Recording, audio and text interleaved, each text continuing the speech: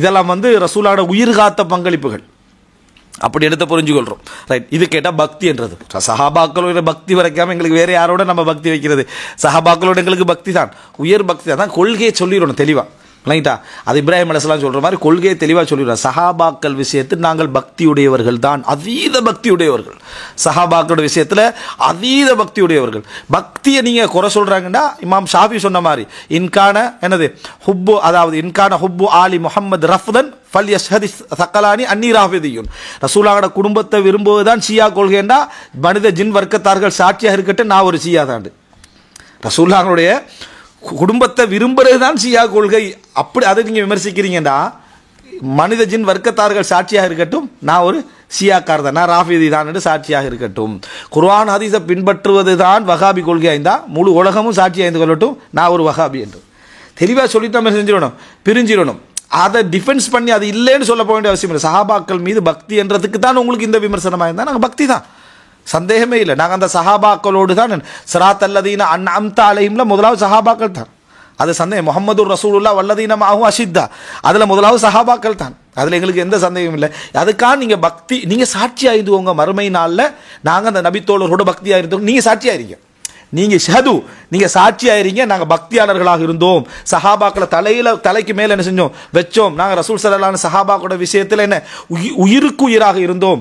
நீங்கள்லாம் இப்படியெல்லாம் சொல்கிற சந்தர்ப்பத்தில் அவங்களுக்கு அந்த மாதிரியான உலக ஆசைகளில் செய்யவில்லைன்றதுக்கு நாங்கள் விமர்சித்தோம் என்பதற்கு நீங்கள் சாட்சியாயிருங்க.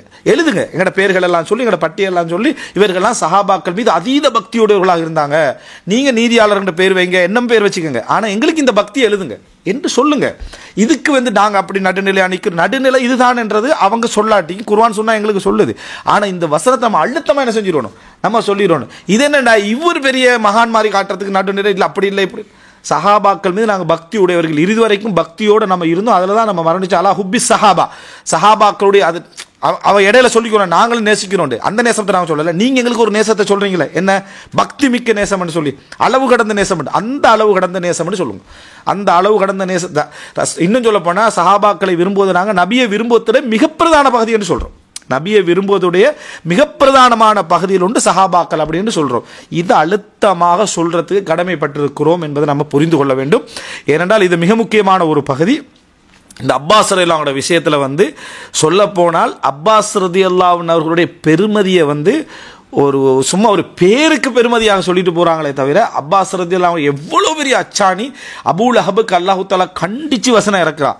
அந்த இடத்துக்கு மாற்றமாக நின்றவர் தான் அப்பாஸ் ரலியல்லாஹு அன்ஹு. காஃபிர் அபூ தாலிப் மாற்றமாகிறார், எப்படி காஃபிராக இருந்து கொண்டு மாற்றமாகிறார். அதே அளவு அப்பாஸ் அதை விட 2 மடங்கு காஃபிராக இருந்து கொண்டும் இருக்கிறார். பத்ர் யுத்தத்தில் கைது செய்யப்படுறாரு, அதே நேரம் இஸ்லாத்துக்குள்ள தான் என்ன செய்யறாரு, இருந்து கொண்டிருக்கிறார்.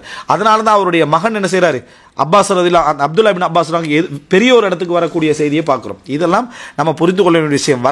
வரலாறு என்பது உயிரோட்டத்தோடையும் ரூஹானியத்தோடையும் அணுகவில்லை என்றால் நம்ம அதாவது சிந்தனை ரீதியாக காபிராக தான் இருப்போம். குஃபுருடைய சிந்தனையில் தான் அதை வாசிப்போம். நம்ம காபிராக இல்லாது விட்டாலும் சிந்தனை ரீதியான குஃபுர் அதில் என்ன செய்யும், இருந்து கொண்டே இருக்கும். பிறந்து அப்படியே திறந்து வாசிக்க முடியும். எல்லாத்தையும் நம்ம கலட்டிட்டு பார்த்தோம்னா, ரூஹானியத்தையும் உயிரோட்டத்தையும் கலட்டிட்டு பார்த்தோம்னா இந்த நிலைமை தான் போகும் இடத்துல சந்தேகமே கிடையாது. என்ன கேட்குறாங்கடா, நம்ம வாக்கியவாதிகளாம், நமக்கு என்ன விமர்சனம்டா, வசனத்தை அப்படியே இருந்து விளங்கக்கூடியவர்கள் அப்படின்னு சொல்கிறோம். நம்ம என்ன சொல்கிறோம்டா, வாக்கியத்தில் வந்தாலும் அகீதா ஊடா தான் அதை விளங்க. வாக்கியவாதிகள் இல்லை, அதை விட வியாக்கியானவாதிகள். எது தெரியுமா, அந்த வாக்கியத்தில் அந்த வசனம் வந்திருந்தாலும் அந்த வசனத்துக்கு அகீதால எங்களுக்கு என்ன இருக்குதோ அதனூடாக அந்த வசனத்தை புரிஞ்சு கொள்ளணும் என்ற இடத்துல நாங்கள் உள்ளவர்கள். நாங்கள் இன்றைய தினம் உம்மை மறந்து விட்டோம் என்று அல்லாஹ் தஆலா சொல்றோம்டா, அந்த மறந்து விட்டோம் என்ற வார்த்தையை அகீதால எப்படி புரிஞ்சு கொள்ளணுமோ, புறக்கணித்து விட்டோம் என்று அல்லாஹ்வுக்கு என்ன செய்யணும், சொல்லணும். அல்லாஹ் மறக்கிறவன் அல்ல என்று அகீதா ரீதியாக விளங்கக்கூடியவர்கள் எப்படியோ அதே போல சஹாபாக்களோட விஷயத்தில் சஹாபாக்களோட விஷயத்தை ஒரு தவறு செஞ்சாங்கன்னு வந்தால் அது தவறு செஞ்சாங்கன்றதோட முடிச்சிருவோம். எண்ணங்களுக்கோ அது இதுக்கோ போகிறது மட்டுமல்ல, தூய்மையை சொல்லுவோம். அவங்க பிழை விட்டது வேண்டுமென்றல்ல இடத்துக்கு நம்ம சாட்சியாளர்களாக இருப்போம். நம்ம சாட்சியாளர்கள் நீங்கள் வரலாற்றில் என்ன செஞ்சீங்க, எழுதிங்க. சலஃபிகள் அப்படி என்றால் சஹாபாக்களை பக்தியோடு என்ன அணுகக்கூடியவர்கள், பின்பற்றக்கூடியவர்கள், அந்த லிஸ்ட்டில் நம்மளே சேர்த்துக்க. அதுதான் நம்ம சொல்ல வேண்டிய முக்கியமான ஒரு அம்சம். அடுத்து